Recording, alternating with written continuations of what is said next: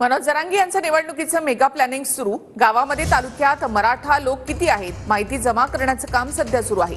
29 तारखेला दिवसभर अंतरवाली सराटीमध्ये बैठक होणार आहे आणि या बैठकीमध्ये मोठा निर्णय त्याच दिवशी घेतला जाईल।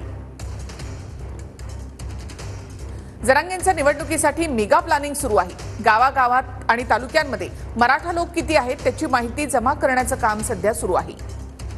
निवडणुकीमध्ये उमेदवार दिला तर त्याचे पेपर काय लागतील आणि त्याची पूर्तता 8 दिवसांमध्ये पूर्ण करणार। पेपर वाया जाऊ द्या पण सगळी तयारी आत्ताच करा असं जरांगेंनी म्हटलंय। 14 ते 20 ऑगस्टच्या दरम्यान मतदारसंघामधला सगळा डेटा जमा केला जाईल आणि 29 तारखेला या संदर्भात मोठा निर्णय घेतला जाणार आहे।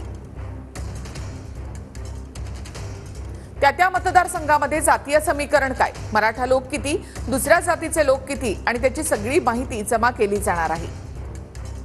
उमेदवार मराठाच नसतील, जे बाजूने उभं राहतील आणि मतदारसंघामध्ये ज्याची ताकद असेल त्याला पाठिंबा देणार। उमेदवार सामाजिक काम करणारा, लोकांच्या निगडीत, लोकांच्या बाजूने जो उभा राहील त्याचं नाव उमेदवारीसाठी आघाडीवर असेल।